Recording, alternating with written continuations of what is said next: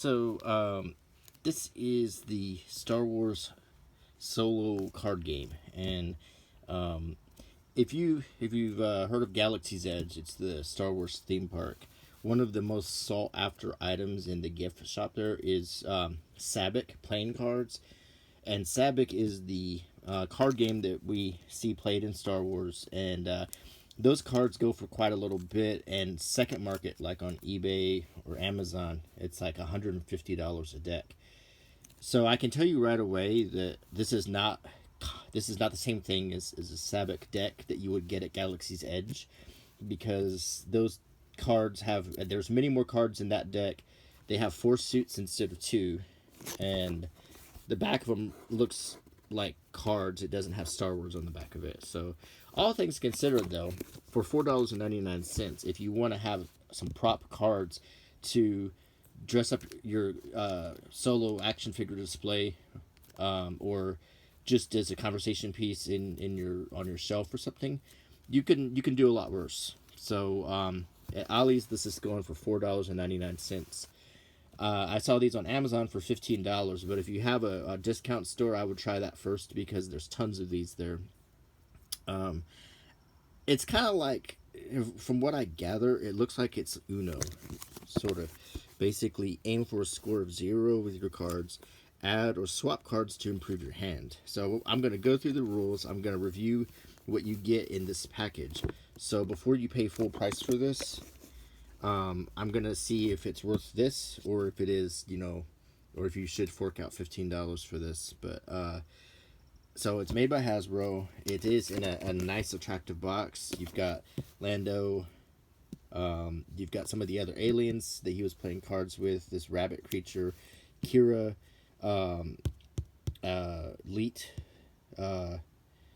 and his droid, Solo and Chewie, and then I guess this is you. So, the back shows you the different things you get. There's a set of dice, and then everything else is pretty much looks like it's made out of paper. So the little gold things, at first looks like, oh, that looks kind of cool, but I'm pretty sure this is going to be cardboard too. Then you have some chits for different ships to win. So I guess that you throw those on the table and you're going to gamble. But honestly, aside from all of that, I'm going to go through the rules and everything, but I really just kind of wanted the cards. And for $4.99, I don't, I think it's fine. I don't think I want to go to Galaxy's Edge, and I definitely don't want to go on to eBay and spend, $150. So, okay.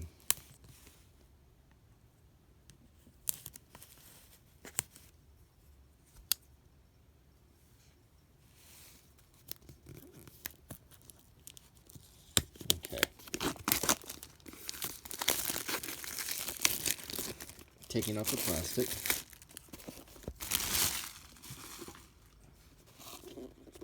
And it opens right here. And we immediately see, I guess this is the currency on cardboard. And on the other side, we see that, so it looks like, I guess these are credits or Republic credits or whatever. And on the back, it's like he's gambling for these things, like an SX-21 pump action scatter blaster rifle, an Imperial AT-DT Walker, a Mimbin Stormtrooper helmet, custom plated SC-14 blaster, a DL-44 blaster, which I think is the classic Han Solo blaster, coaxium, which is the warp drive fuel that they introduced in Solo, range trooper helmet, an A4B land speeder, Imperial Star Destroyer, an Imperial Arrestor cruiser, an Escape Craft, Skyblade 330 swoop bike, Corellian M68 land speeder, an Imperial AT hauler, an Imperial Convoy X transport, Millennium Falcon,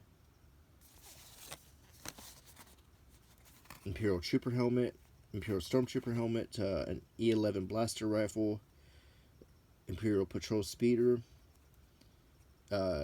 KRJ-29 double holdout blaster, Imperial TIE Fighter, a heavy TIE Fighter, Mud Trooper helmet. And you know what? It occurred to me is I believe we saw all of these things in the Solo movie.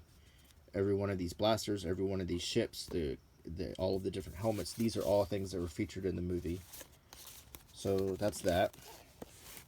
Then we have a set of die. And this immediately sort of reminds me, if you collected Star Wars action figures, the game dice, for a while they had this game that came with all of the action figures, and then you had to buy the game mat and stuff. It was kind of hard to find the game mat, but every single figure came with these dice. And now these look a little bit different. They're different color, and I don't think the symbols are the same. But they are interesting looking dice anyway, though. I mean, just as a curiosity. Okay, then you have a pamphlet that has the rules that we'll go through. And is there anything else? That's it. Then you have the deck of the Sabacc sort of cards. So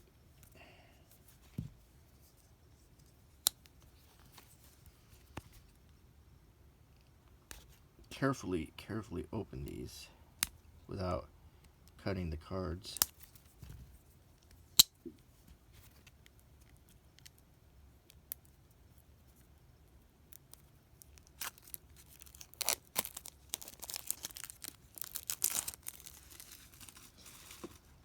Now, I can tell you right off that these cards feel really good.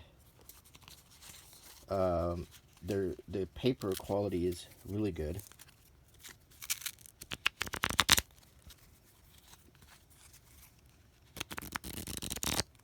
I wish there was 4 suits instead of 2 suits, so you can't make much of a prop up. I mean, it is cool to have cards that look like this, but I wish they looked a little bit more like the Sabacc. I do like the weathered appearance on them, and if you look, you can see that it's matte finish, plastic.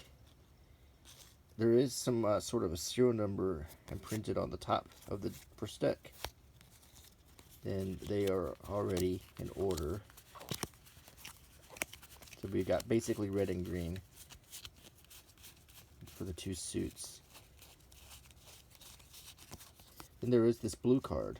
So if I wanted to display something, I do have some. I got 3 colors, so that's good. So that's something. Like I guess these are like the Jokers. I'm not sure.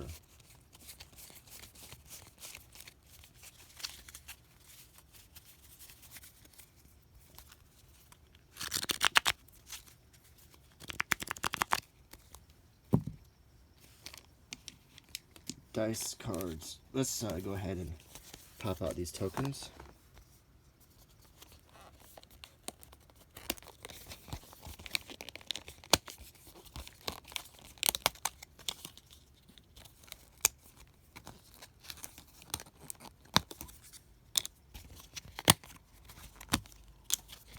Made of a pretty sturdy cardboard.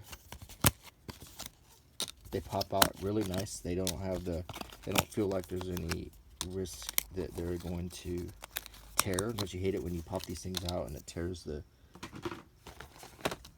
paper and you're like, oh man. Especially if you paid like $15 for this. You'd be like, well.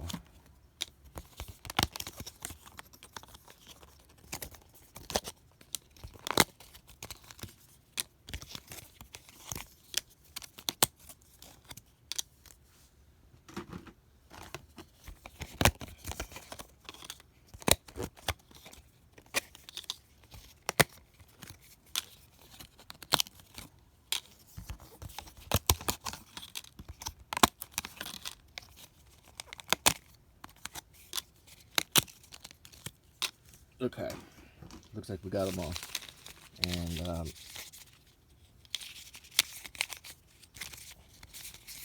so these are the things you're gonna gamble with. This is your currency, and each one of these, I guess, it's like a title to these items on the back. Interestingly, they're all different, so you're not going to get any doubles in this.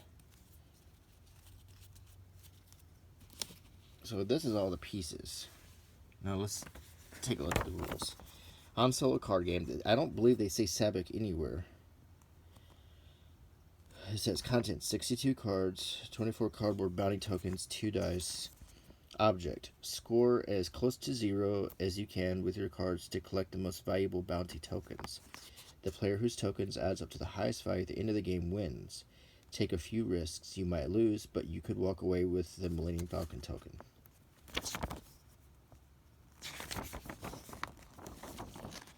The first time you play, punch out the bounty tokens from the cardboard sheets and discard the waste. The deck. The deck consists of 30 green cards, 30 red cards, and 2 blue cards. The greens and reds are numbered 1 to 10, and there are 3 of each. The blues are both numbered 0. The tokens. There are 4 types of bounty tokens: green, gold, red, and blue. Each token shows a bounty and its value in credits. Setup. Choose someone to be the dealer. That player is the dealer for the first round. The player to their left is the dealer for the next round, and so on. The dealer plays 2. Dealer do the following. Shuffle the deck, then deal 2 cards face down to each player. Players can look at their cards but must keep them secret. Place the remaining deck face down in the center of the play. This is the draw pile. Take the top card from the draw pile and place it face up next to the deck. This is the discard pile. Place the bounty tokens face down next to the discard pile. This is the token stack. Draw from the stack the same number of tokens as there are players, then place them face up in the center of play. This is the pot. How to play. The game is played in rounds. Each player takes 3 turns per round. Who goes first? The player to the dealer's left always goes first. On your turn, calculate your hand. Green cards are positive numbers and red cards are negative numbers. Remember, you're aiming for a score of 0. Choose one of the following options. Take the top card from the draw pile. If you want, you can also place a card from your hand on the discard pile. Take the top card from your discard pile.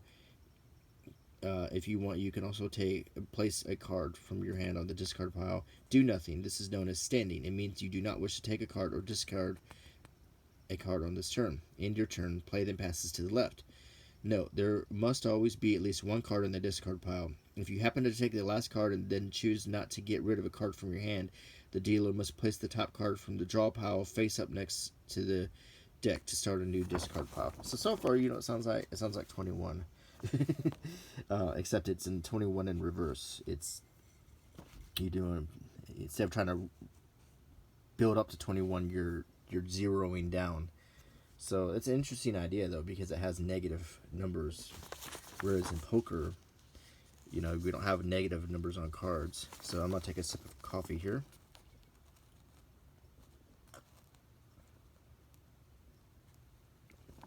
So after everyone has taken their first turn, the dealer rolls both dice. If the dice symbols are different, nothing happens, but matching symbols will shake things up. Was it a match? Everyone must quickly note the number of cards in their hand before placing them face up on the discard pile. Then the dealer gives each player the required number of new cards from the draw pile, i.e. the same number of cards as each player discarded. The player left of the dealer is always the first to receive new cards. Each player then takes their second turn, starting with the player left of the dealer, before the dice are rolled again by the dealer. The same rules apply if the symbols match. Everyone then takes their third turn before the dice are rolled one final time. As before, new cards must be dealt if the symbols match. Will your amazing hand become a pile of junk? The round is then over, and all players reveal their cards at the same time, winning a round.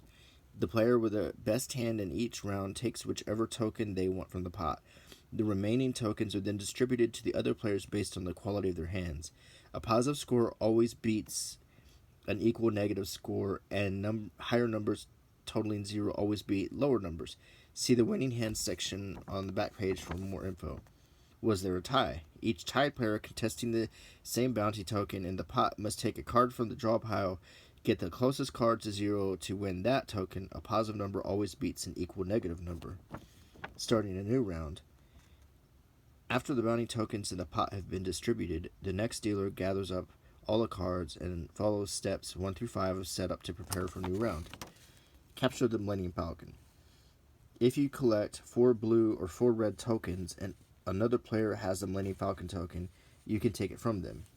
You'll then have the most valuable token in the game. So in this game, the Millennium Falcon is worth more than a Star Destroyer. That doesn't make a lot of sense. Winning the game. Continue playing rounds and taking turns as the dealer until there are no more bounty tokens to be collected.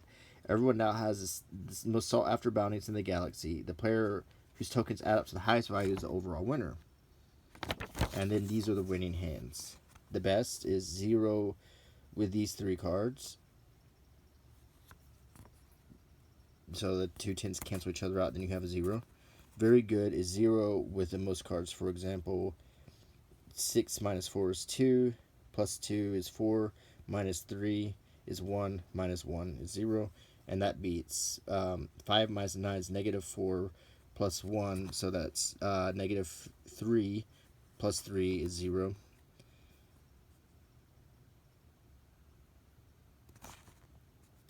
Okay, alright. Good. Closest to 0 with a positive score being better than a negative score. So 5 minus 4, that's 1 beats negative 1, and so on. Okay, interesting. So here's what's confusing me a little bit. So in this game, now I agree, the Millennium Falcon is worth more than an E11 blaster. It's worth more than a Stormtrooper helmet. Or a TIE Fighter, I guess. A heavy TIE Fighter, okay. It's definitely worth more than a helmet. It's worth more than this blaster. It's worth more than a speeder and another helmet. But a Star Destroyer, Swoop Bike, yes. A Land Speeder, yes. A rifle. See, this is what is. Look. Hold on. Escape Craft.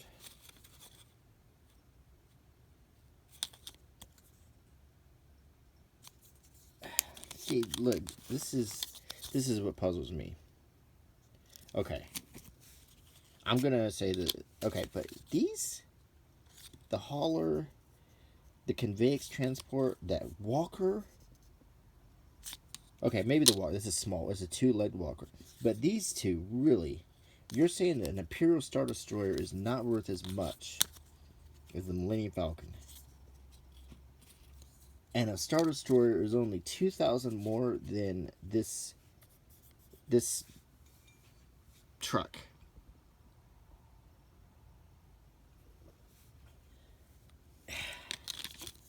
I don't know about that. I don't know about that. Okay, in this logic, let's just take the starter 12,000. Let's see things that are close to the same price as the Star Destroyer. Okay, a Carillion Land Speeder, the same one that we saw Han steal in the beginning of Solo: A Star Wars Story, is worth 8,000 credits more than a Star Destroyer. A Swoop Bike carries 1 trooper, is worth 3,000 more credits than a Star Destroyer.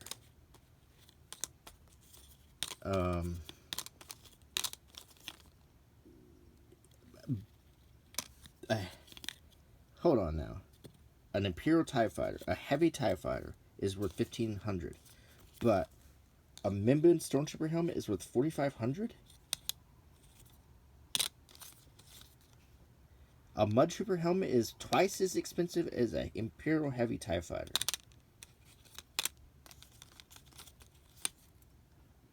This blaster is 1,000 more credits than a Heavy TIE Fighter. This is 3,500 credits more than Heavy TIE Fighter.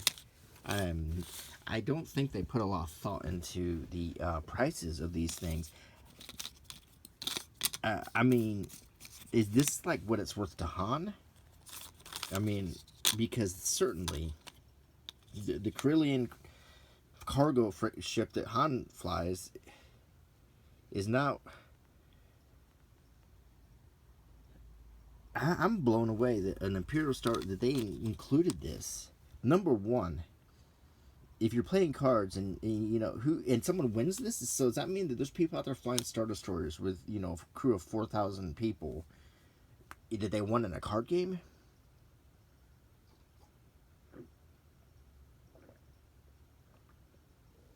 So I just shotgunned that coffee.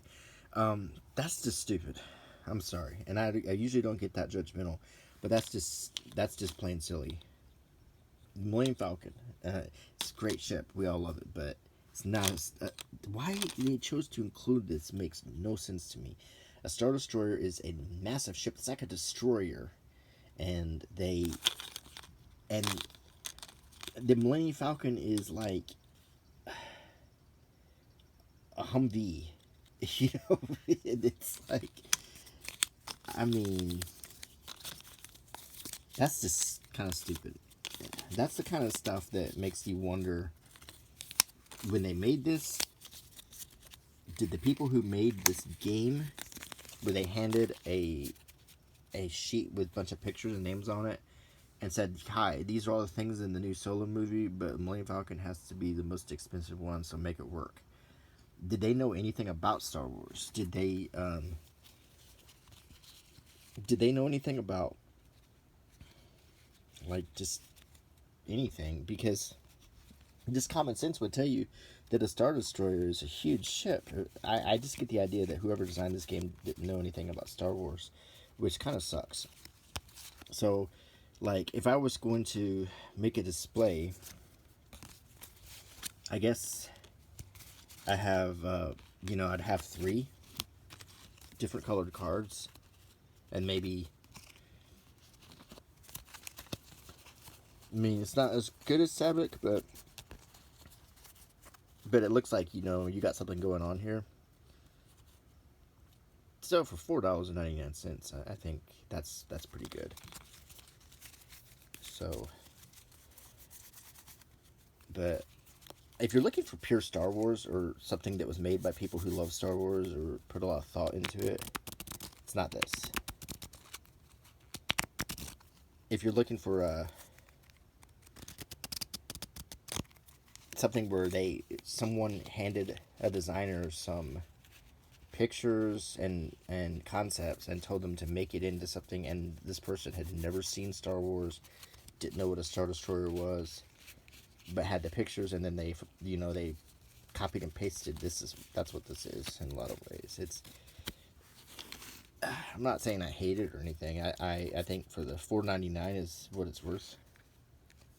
I would say don't go on Amazon and pay $15 for this. I would look for this cheaper, maybe on eBay, or go to a discount store.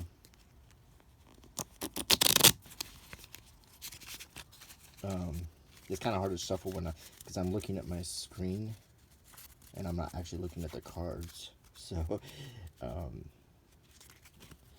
I want to shuffle these cards to see how well they shuffle and to see how well they maintain. So if you did have this game for a while and you played it, how well this would last. Because at first glance, the cards, have a nice and matte finish. But as you can see, just by shuffling them, they're already starting to warp. You see that? And if you're playing any kind of card game, you don't want anything that can,